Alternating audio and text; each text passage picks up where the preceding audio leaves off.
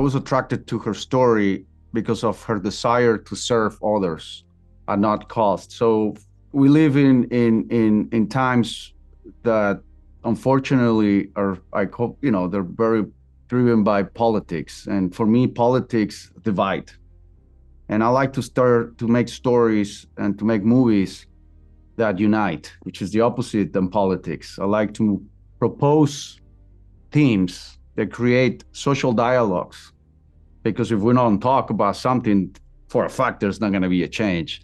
I think change happens with dialogues about difficult things, but I'm attracted to stories like that. And yes, Mother Cabrini,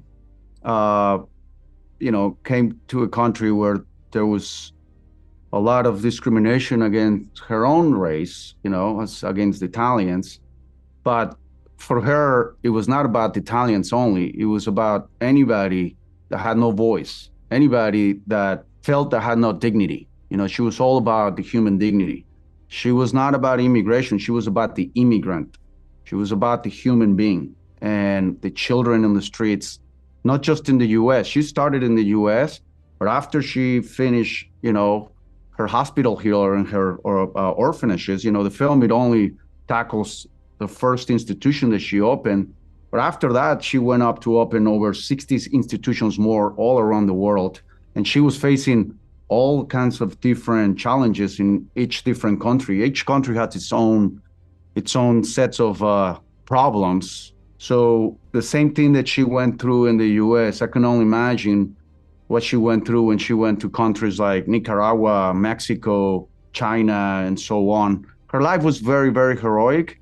And to me, her ultimate battle was not against any of the things you just mentioned. It was against her own mortality. She was being told that she had 1 or 2 years to live. And I do think that in itself, when you put mortality on this scale, almost everything else kind of loses importance, because, you're told you have a year or two to live. I think that gives you a different perspective on things, and in many ways makes you more powerful. We all knew in this film that, we needed to find the eyes of Mother Cabrini. There's very few pictures of her, but I could tell, the pictures that I saw of her, she had these eyes of compassion and love. But I also knew that those eyes needed to kind of also become the expression of a fighter, because Mother Cabrini was in a constant fight, was in constant battle for justice, fighting for social justice continuously.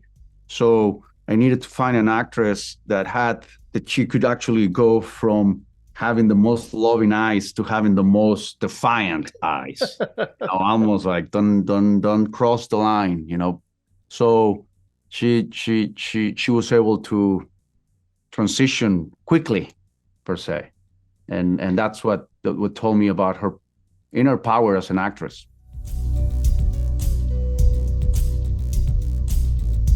Yeah, well, for me, I'm very against labels. I think labels is one of the most cruel things we can do to each other, to products, to films, because once you label something, you automatically exclude an audience. And I like to make movies for everybody. And that in itself, when they label my movies in any particular way, for me, it's like, it's like a cut, because I know that label is automatically going to exclude an audience, and it's just dangerous. But I'm very happy that we were able to survive all the labels that were thrown at Sound of Freedom, and I'm just hope that this movie doesn't go through that through those labels, because this is a film that speaks a universal language, and I don't know anybody that is against of what Mother Cabrini was fighting for. So I just hope that the film gets a shot. We're coming out, right now we're against Dune. So, I just hope in this particular film, our billboards is the audience. So we need to create a word of mouth. the audience. We need a lot of people to come see the film. So if they like the film, they can go and tell other people about it.